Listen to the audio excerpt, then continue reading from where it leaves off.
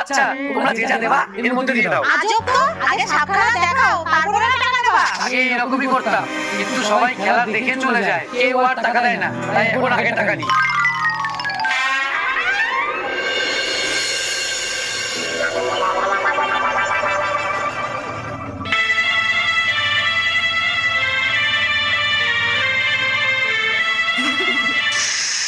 আরে আমার গাল লাগিনি, দেখিয়ে দে তুই শুধু সাপনোস, কিও লাগিনি।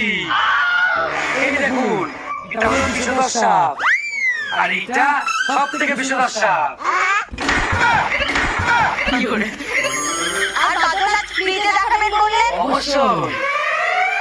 এ মা, বাদর আনতে ভুলে গেছি, কোন নাচ দেখে দিচ্ছি। হ্যাঁ